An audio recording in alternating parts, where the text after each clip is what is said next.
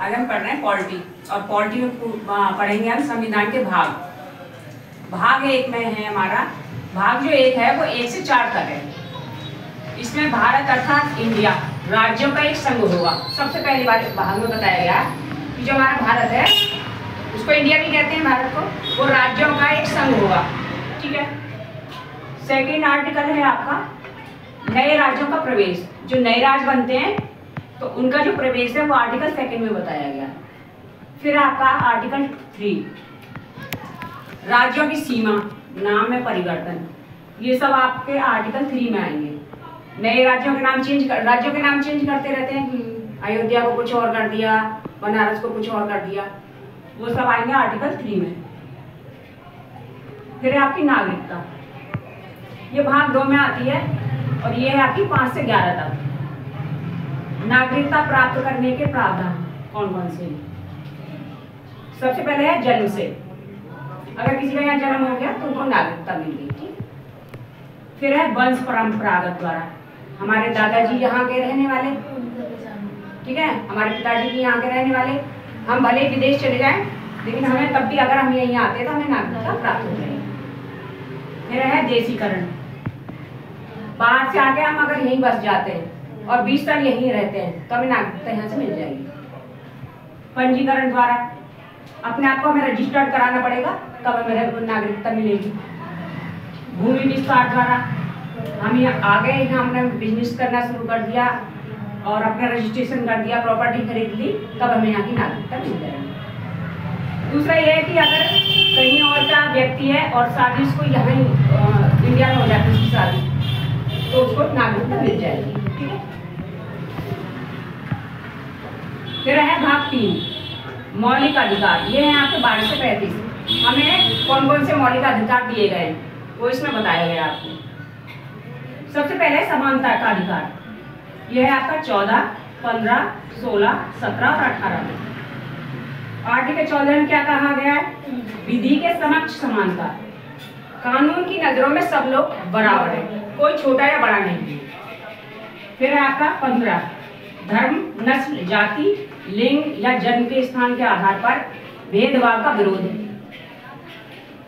कोई किसी भी धर्म को मान सकता है, किसी भी जाति में पैदा हो सकता है, लिंग या जन्म स्थान, कोई बाहर से आकर यहाँ रह रहा है तो कोई भी किसी के साथ में भेदभाव नहीं किया जाएगा।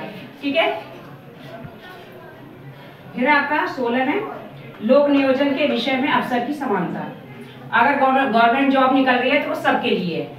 ऐसा नहीं है कि भैया जो बिहार से आए वो नहीं डालेंगे, MP से आके लोग रह रहे वो नहीं डालेंगे, सब लोग डालेंगे। फिर आपका 17 अस्पृश्यता का अंत, ये होता है भेदभाव, छुआछूत, इसका अंत हो गया। कोई ऐसा करेगा तो उसके ऊपर कानूनी कार्रवाई की जाएगी। फिर है 18 में उपाधियों का अंत, कोई किसी प्रकार की कोई उपाधियां किसी को नहीं दी जाएंगी, सिर्फ सेना को छोड़ करके। ठीक है। फिर आते हैं हम यहाँ, फिर आता स्वतंत्रता का अधिकार, ये कौन कौन सा है? 20, 21 और 22। कौन कौन सी स्वतंत्रता आपको दी गई है?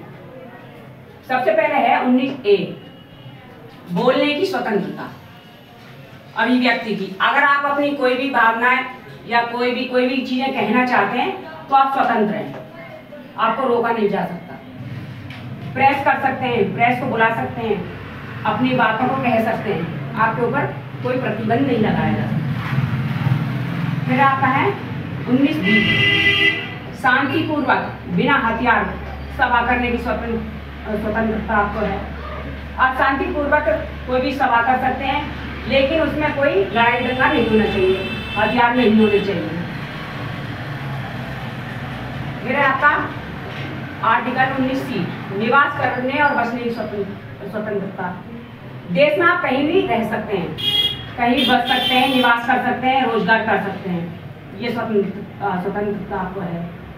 फिर आपका है 19D देश के किसी भी क्षेत्र में आवागमन, आप इस देश पूरे भारत में कहीं भी आ जा सकते हैं, आपको कोई रोक टोक नहीं होगी। फिर है आपका आर्टिकल 19E संघ बनाने स्वतंत्रता है आपको। आर्टिकल 19G व्यापार और जीविका चलाने की स्वतंत्रता। आप कहीं भी कोई भी व्यापार कर सकते हैं, आप पूरी तरह से स्वतंत्र हैं, आपके ऊपर कोई भी कार्रवाई नहीं की जा सकती। फिर है आपका आर्टिकल 20, अपराधों के लिए दोष सिद्धि के संबंध में संरक्षण।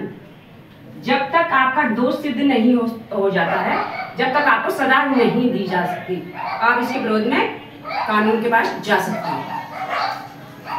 आर्टिकल 21A, 6 से 14 वर्ष की आयु के बच्चों के लिए फ्री शिक्षा अनिवार्य है। ये 86वां संशोधन है, 2002 में किया गया है। 6 से 14 वर्ष के जितने भी बच्चे होंगे उनको सबको फ्री शिक्षा दी जाएगी और भोजन दिया जाएगा, ठीक है। फिर आर्टिकल 22 है आपका, कुछ दशाओं में गिरफ्तारी और निरोध के में संरक्षण। ये है कि कुछ दशाएं ऐसी हैं कि अगर आपको कोई गिरफ्तार कर लेता है तो जब तक आपका अपराध सिद्ध नहीं हो जाता है तो वो आपको जेल में नहीं रख सकते, ठीक है। अब तीसरा भाग पढ़ते हैं, शोषण के विरुद्ध अधिकार। ये आपका बताया गया 23 और 24 आर्टिकल में। इसमें क्या है, मानव के दुर्व्यवहार और बलात्श्रम का विरोध। कोई भी अपने यहाँ किसी भी व्यक्ति को बंदी बनाकर नहीं रख सकता, उससे जबरदस्ती काम नहीं करा सकता और बिना श्रम दान के मतलब पैसे दिए बगैर उससे काम नहीं करा सकता। फिर है आर्टिकल 24, बालकों को 14 वर्ष से कम के बच्चों को के नियोजन का प्रतिबंध। ये क्या है, जितने भी 14 वर्ष से कम के बच्चे हैं आप उनको काम पे नहीं लगा सकते और ना ही अपने यहाँ किसी भी काम पे रख सकते हैं, ये है। चलिए फिर है